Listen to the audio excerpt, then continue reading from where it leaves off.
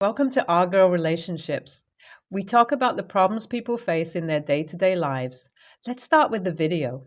Some may say I'm horrible for doing this, but it serves Bertha right. I didn't have my engagement party because she was obsessed with her brother. She always seems to forget that they are not kids anymore. I've been married for about 3 years, but my husband and I were classmates in high school, and neither saw each other romantically. We met at a mutual friend's baby shower and hit it off there. I had never noticed him when we were in school. He was a nerd that few noticed, and I was one of the popular ones. I thought he was cute at the baby shower, but I didn't recognize him until he came to me and spoke as if he knew me. I was embarrassed by the little incident. He had cleaned up nicely. Honestly, I'm just being modest. He was hot. His twin sister was a pain in the ass, though. Apparently, she disapproved of our relationship. I had no idea why at first until she tried to set her brother up with a girl she approved of, even though we were in a serious relationship. She asked him to go out with her for lunch, which he did. He wasn't aware that it was a double date with herself, her boyfriend, and the girl she wanted her brother to be with. I remember Liam being so pissed after and narrating the story with so much disgust. He was polite, so he explained to the girl that he was in a serious relationship that was moving towards marriage. He wished her luck with finding the love of her life because he had found his. I wanted to confront Emma and throw her some punches, but I decided she wasn't worth my time. I had Liam all to myself, and there was nothing she could do about it. As time went on, I realized that she was threatened by me. She had never seen her twin brothers so in love and attached to someone else. Before me, she got all the attention, so she was scared that I was taking her brother away. That made no sense to me because it's not like she could date him or have kids with him. She also had her own boyfriend, and Liam was perfectly okay with it. I guess she hasn't loved the way Liam loves me. So it terrifies her. The rest of the family was amazing. They adored me and would often defend me when Emma was acting funny. All hell broke loose the day Liam proposed to me. She gave everyone a stink attitude, and anyone who crossed her path that day was in for something. I couldn't even be bothered as it was one of the happiest days of my life. Liam had planned the surprise so perfectly. I knew he would propose because we had talked about it a lot. We both knew we wanted to get married. I just didn't know how he was going to do it. Several times I would suspect him because he was planning something for me, but it would turn out to be one of his many loving gestures, no ring, so I just stopped trying to figure it out and just went with the flow. He finally did it in the cutest way ever. We had planned that it would be more intimate when he popped the question, but then we would have an elaborate engagement party. We set the date and got into planning. Every single thing was perfect and exactly how it was meant to be. My sister-in-law wasn't there while we were putting everything in place. Honestly, it wasn't a surprise to me and I didn't care. On the day of our engagement party, my fiancé got a call that Bertha had been in a domestic accident. She said it happened while preparing to come for the party and there was a fire at her house. I couldn't expect my husband and his family to behave like they hadn't just heard that their daughter was in a fire. If there was no groom and groom's family, there couldn't have been an engagement party. We all left everything to go to her house, which was stupid and expensive prank. The whole family was annoyed at her. They couldn't believe she would play with such a thing and ruin her brother's engagement party. I had never met someone as selfish and arrogant as her in my entire life. She thought that the whole world revolved around her. She made us waste so much money on an engagement party that didn't happen. Sister-in-law is getting married in a month, and I will get my revenge with a prank. I'll do what she did to me, except this time it would be on her wedding day. She loves everything to go her own way, and once she has an idea in her head, she won't let it go. I overheard her speaking to her best friend some months back about the venue she wanted for her wedding. She gave many reasons why she loved the place, even though there were more extravagant venues. That was when I hatched my plan. I told her family that she wanted a different venue but couldn't afford it. That's why she picked a different one. I made them think it would be a lovely present to get the venue she wants as a collective wedding gift. Everyone bought them, and I won them very quickly. I let my husband be the one to convince her fiancé, since it would look like he knew his sister very well, so he had to be correct. Her fiancé was in on the plan. We spoke to the wedding planner, and she said she could fit right into our plan. Since I was the one who overheard the conversation, I was tasked with telling the wedding planner and working with her. I planned an extravagant wedding, but very opposite to what she actually wanted. It was so satisfying to see everything come alive. Bertha and her best friend were kept in the dark because if her best friend knew, Bertha would find out.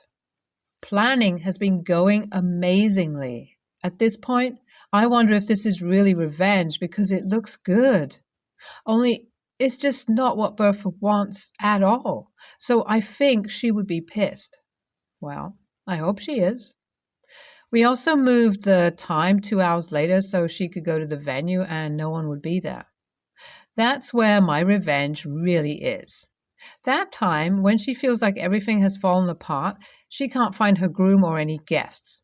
I can imagine all the thoughts that would roam her mind. Did I mention I'm also on her bridal train? Her mom forced her to include me, which is perfect for my plan.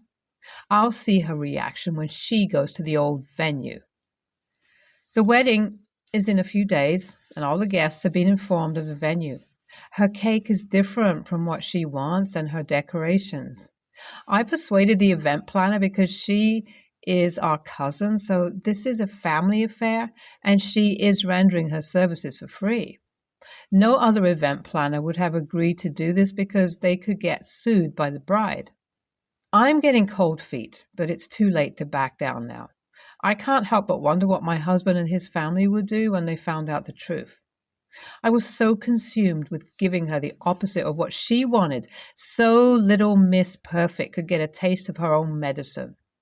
I'm not usually like this, but it's the many years of insults and hurtful things she did to me, especially when she made my husband and I get into a huge fight that caused me to go through with this. One night, I was having a pleasant time with my husband, and I almost told him, but couldn't bring myself to do it. If I had told him, everyone would know, but no plans were changing at that time because it would have been too late. Plus, I actually enjoyed planning the exact opposite of what she wanted. Her tastes and mine are so different sometimes that I wonder what goes on in her head. Wish me luck. I'll need lots of it these next few days. I got my perfect revenge. All hell broke loose. It was pretty bad. If she could kill everybody, she would have. I had no remorse because she charged at me and made it seem like I was the most horrible person in the world. This is tiny compared to what my husband and I went through because of her. The best part was that her other siblings were on my side. They confessed to me that they figured I was lying but didn't say anything because they thought she deserved it. It was funny to my husband and not really a big deal because I still planned a lovely wedding, just not what she wanted. Her parents kept a neutral ground, but I could tell they were not upset with me. If they had sided with me, there would have been more trouble. Bertha cried her eyes out, and when she was done, she wanted to come to fight me, but my husband restrained her and told her to go get married. She insulted me and said many horrible things, but I didn't say a word. I was getting my satisfaction by watching her be so worked up on her special day as she did to me. It was a lot of drama. Thank God I pushed the time. I was considerate enough so she could get a hold of herself and decide if she still wanted to get married. The only people I knew I owed an apology to were her fiancé and my husband. I didn't like lying to my husband, but I did and made him deceive Bertha's fiancé without knowing. Before the end of the night, they got their apology. Bertha's fiancé said he wasn't upset and was happy she didn't cut his head off for not telling her what was happening.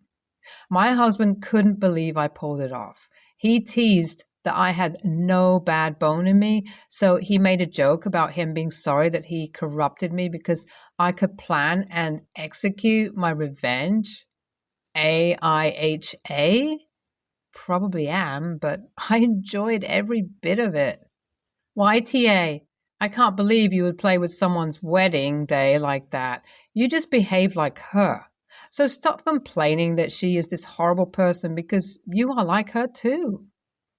NTA serves her right. Her siblings knew and didn't say anything, so she must really be a pain in everybody's ass.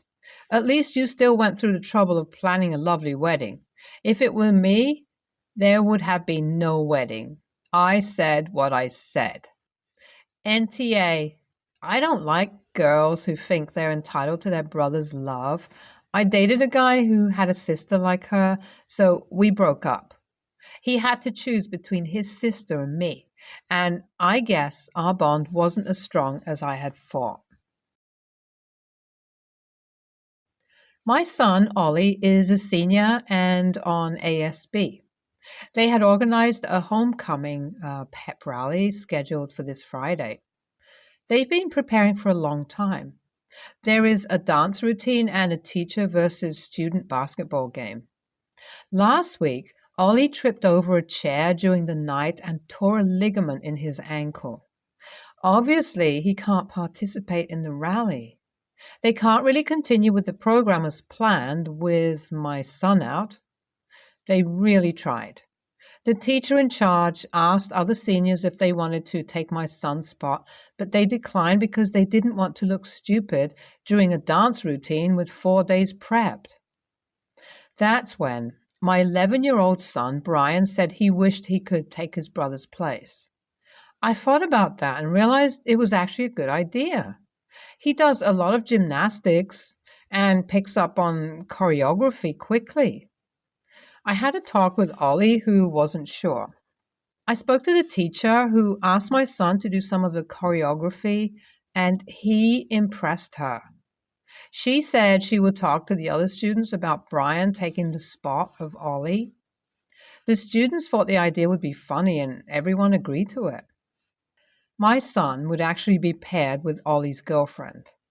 The teacher told me that the rally is scheduled towards the end of the day on Friday, so Brian would have to miss 3 classes, 2 for prep and 1 for the rally.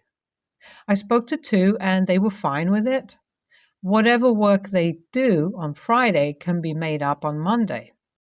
The third teacher, language arts, said she wasn't okay with his skipping class to go to a rally at the high school.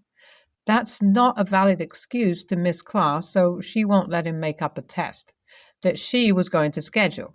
He would have to get a 0. I told her that it's not like he's skipping school to go to the park. If 2 teachers and the high school is okay, then why can't she?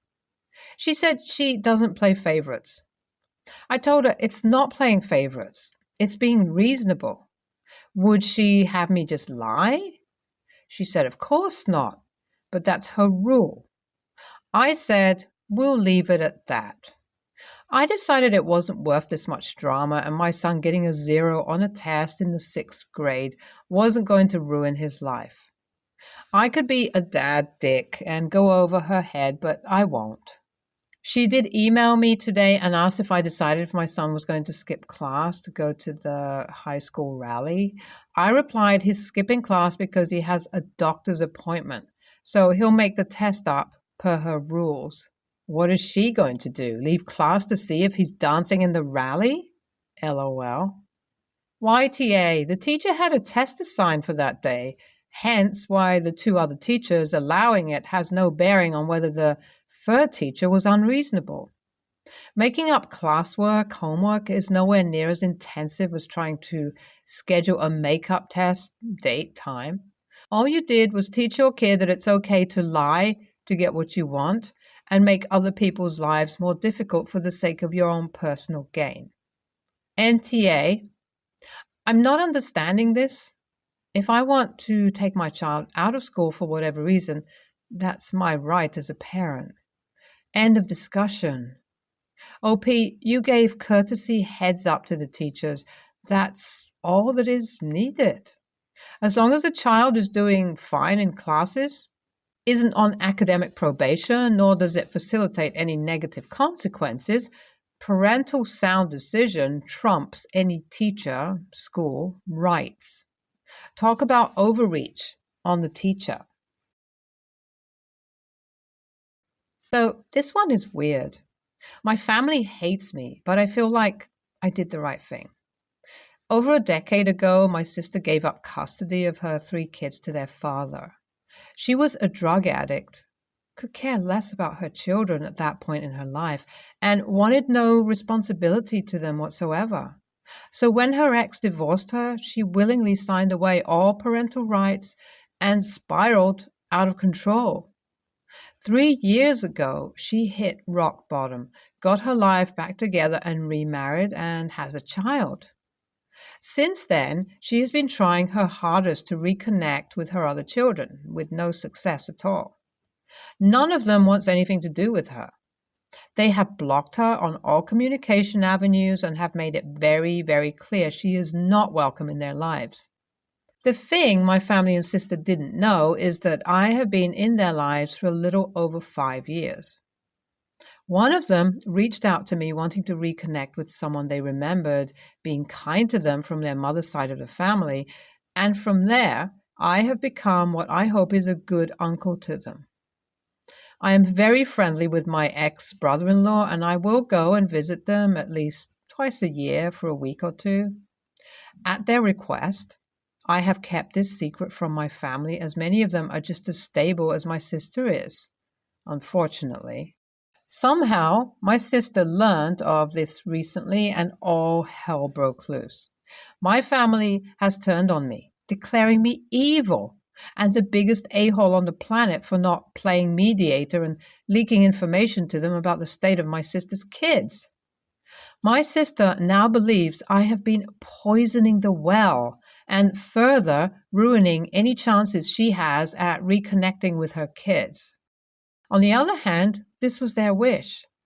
They did not want my sister to know anything about them.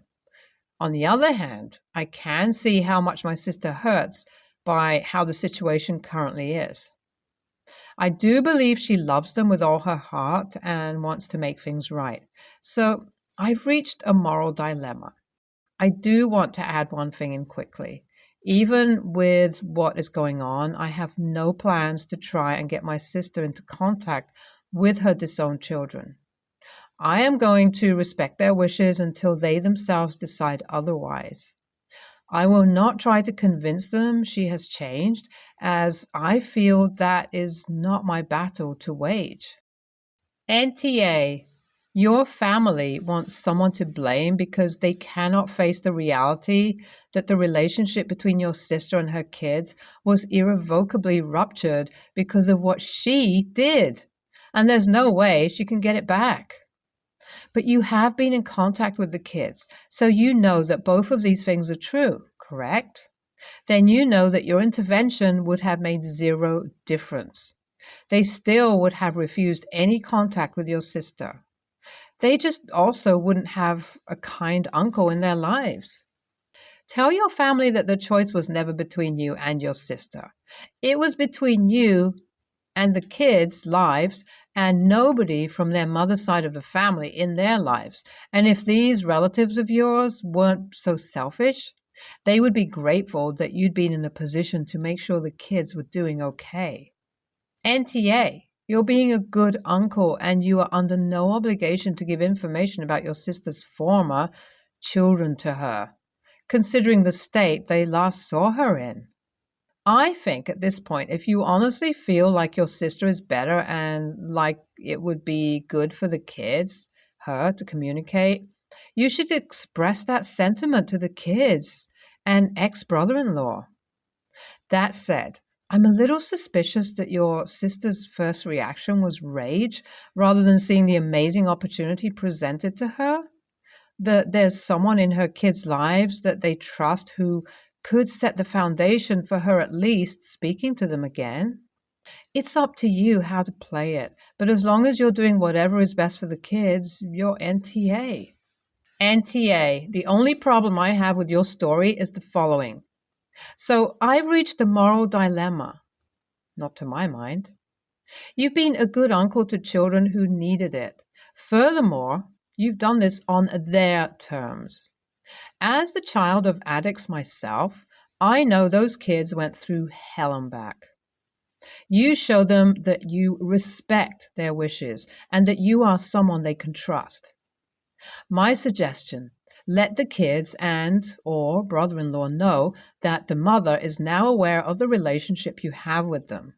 Reiterate that you have no intention of talking to their mom about them.